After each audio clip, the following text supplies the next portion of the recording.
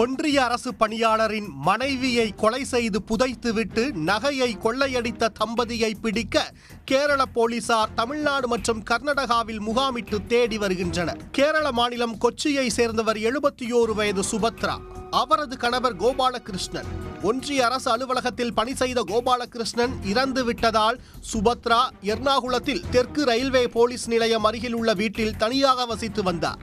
அவரது 2 மகன்களுக்கும் திருமணமாகி தனியாக வசிக்கின்றனர். ஒரு மகன் வெளிநாட்டில் பணி செய்து வருகிறார். அடிக்கடி கோவிலுக்கு செல்லும் வழக்கம் கொண்ட சுபத்ரா 3 நாட்கள் கழித்துதான் வீடு திரும்புவாராம். இந்த முறை 4 நாட்களுக்கு மேலாகியும் அவர் வீடு திரும்பவில்லை. அவர் குறித்து விசாரித்தும் எந்த துப்பும் கிடைக்கவில்லை. எனவே தமது தாயாரை கண்டுபிடித்து தரக்கோரி இளைய மகன் ராதாகிருஷ்ணன் எர்ணாகுளம் காவல் நிலையத்தில் புகார் அளித்தார். அதில் கடந்த ஆகஸ்ட் 4ஆம் தேதிக்கு பிறகு தமது தாயாரை காணவில்லை என தெரிவித்திருந்தார். அதன் பேரில் போலீசார் விசாரணை நடத்தினர்.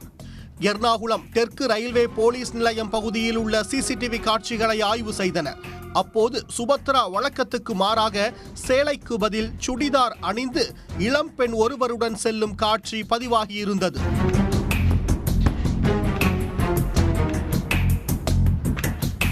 எனவே சுபத்ராவின் செல்போன் எண்ணை சோதித்தனர். அப்போது கடைசியாக கலாவூர் என்ற இடத்தில் இருந்ததை காட்டியுள்ளது. மேலும் சுபத்ராவுடன் சென்ற இளம்பெண் ஷர்மிளா என அடையாளம் கண்ட போலீசாருக்கு அவர் கலாவூர் அருகே வசிப்பதும் தெரிய வந்துள்ளது. அந்த இடம் ஆலப்புழா அருகே உள்ள மன்னசேரி காவல் நிலையத்துக்குட்பட்டது என்பதால் அங்கு வழக்கு மாற்றப்பட்டது.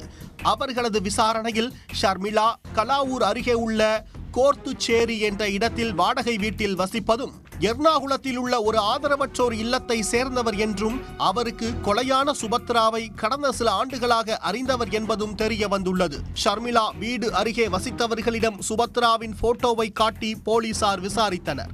அப்போது அவர் அடிக்கடி அங்கு சென்று வந்ததாக தெரிவித்தனர்.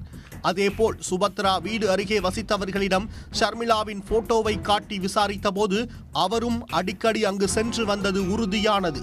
மேலும் ஷர்மிளா வசித்த வீடு பூட்டி கிடந்ததுடன் அவர் தமது கணவர் மாத்யூவுடன் தலைமறைவாகி இருப்பதும் தெரிய வந்தது.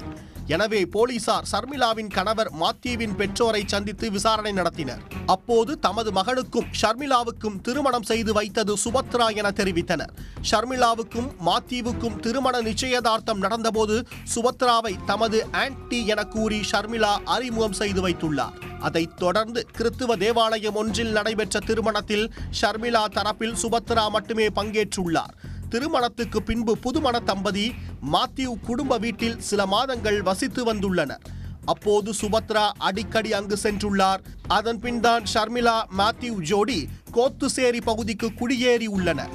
அங்கும் சுபத்ரா அடிக்கடி சென்றுள்ளார். கடைசியாக அவர்களது வீட்டில் சுபத்ராவை பார்த்ததாகவும் அதே வீட்டில் மாத்யூ நண்பர்கள் 2 தென்பட்டதாகவும் அக்கம் பக்கத்தினர் போலீசிடம் தெரிவித்தனர்.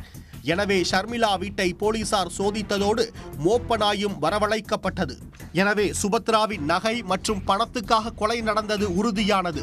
அந்த நகையை ஆலப்புழா மற்றும் உடுப்பியில் அடகு வைத்திருக்கலாம் எனவும் அல்லது விற்பனை செய்திருக்கலாம் எனவும் போலீசார் கருதுகின்றனர். அதன் மூலம் கிடைத்த பணத்துடன் ஷர்மிளா மாத்யூ இருவரும் தலைமறைவாகிவிட்டனர். ஷர்மிளா கர்நாடக மாநிலம் உடுப்பியைச் சேர்ந்தவர் என்றும் அவர் திருநங்கையாக இருக்கலாம் எனவும் போலீசார் சந்தேகிக்கின்றனர். ஷர்மிளாவுடன் ஏற்பட்ட பழக்கத்தால் அவரையே மாத்யூ திருமணம் செய்துள்ளார். அதன் பின் இருவரிடையே அடிக்கடி தகராறு நடந்துள்ளது. மேலும் இருவரும் ஒன்றாக மது குடிப்பதையும் வாடிக்கையாக கொண்டுள்ளனர். அதனால் மாத்யூ குடும்பத்தினரை விட்டு பிரிய நேரிட்டு இருப்பதும் போலீஸ் விசாரணையில் தெரிய வந்துள்ளது. தலைமறைவான ஷர்மிளா மாத்யூ இருவரும் அண்டை மாநிலங்களான தமிழ்நாடு மற்றும் கர்நாடகாவில் பதுங்கி இருக்கலாம் என்பதால் அவர்களை பிடிப்பதில் கேரள போலீசார் முனைப்பு காட்டி வருகின்றனர். தங்களுக்கு திருமணம் செய்து வைத்த மூதாட்டியையே தம்பதி கொலை செய்து புதைத்துவிட்டு நகையை கொள்ளையடித்து சென்ற சம்பவம் கேரள மாநிலம் எர்ணாகுளம் மற்றும் ஆலப்புழாவில் பரபரப்பை ஏற்படுத்தியுள்ளது. உடனுக்குடன் செய்திகளை தெரிந்து கொள்ள சன் நியூஸ் பெல் ஐகானை கிளிக் பண்ணுங்க.